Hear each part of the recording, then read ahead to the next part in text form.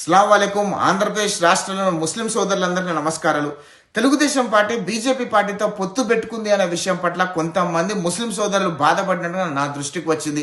ఆ ముస్లిం సోదరులందరికీ కూడా కొన్ని వాస్తవాలు వాళ్ళు వివరించే ప్రయత్నం చేస్తున్నా.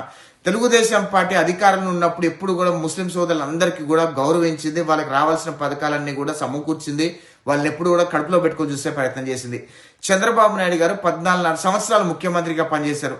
చంద్రబాబు నాయుడు గారు ఎప్పుడు కూడా ముస్లిం సోదరులను గౌరవిస్తూ వాళ్ళకి రావాల్సిన పథకాలు వాళ్ళకి ఇస్తూ వాళ్ళని కడుపులో పెట్టుకొని చూసుకునే ప్రయత్నం చేశారు. ఉమ్మడి ఆంధ్రప్రదేశ్ రాష్ట్రంలో కానీ నవ్య ఆంధ్రప్రదేశ్ రాష్ట్రంలో కానీ 2014 నుంచి 2019 వరకు చంద్రబాబు నాయుడు గారు ముఖ్యమంత్రిగా ఉన్న హయాంలో బీజేపీతో పొత్తులో ఉన్నా సరే ఏ రోజు కూడా ఆంధ్రప్రదేశ్ రాష్ట్రంలో ముస్లిం సోదరుల మీద దాడులు జరగలేదు, ముస్లిం సోదరులకు అన్యాయం జరగలేదు, ముస్లిం సోదరులు రావాల్సిన పథకాలు ఎప్పుడు కూడా ఆపలేదు చంద్రబాబు నాయుడు గారు.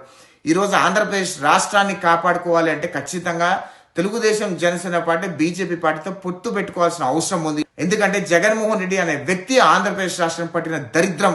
వైఎస్ఆర్ కాంగ్రెస్ పార్టీలో ఉన్న ఉన్మాదులందరూ కూడా ఆంధ్రప్రదేశ్ రాష్ట్ర ఎలక్షన్స్ లో మారణహోమం సృష్టించి ప్రజలను భయభ్రాంతులకు గురి చేసే ప్రమాదం ఉంది. కాబట్టి ఆంధ్రప్రదేశ్ రాష్ట్రంలో ఫెయిర్ ఎలక్షన్ జరగాలనే ఉద్దేశంతో Telugu Desam party Janasena party BJP పార్టీతో పొత్తు పెట్టుకుందనే విషయం దయచేసి ముస్లిం సోదరులందరూ ఒకసారి గమనించండి.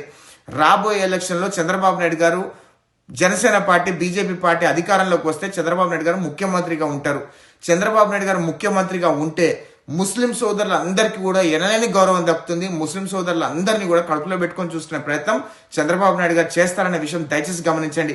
ఈరోజు వైఎస్ఆర్ కాంగ్రెస్ పార్టీ ఉన్మాదులు చేస్తున్న పిచ్చి ప్రచారాన్ని నమ్మకండి. ఎందుకంటే వైఎస్ఆర్ కాంగ్రెస్ పార్టీ వాళ్ళు బీజేపీ పార్టీతో వ్యభిచార రాజకీయం చేశారనే విషయం దయచేసి గమనించండి. 2019 నుంచి 2024 వరకు బీజేపీతో రాజకీయ వ్యభిచారం చేసిన పార్టీ వైఎస్ఆర్ కాంగ్రెస్ పార్టీ.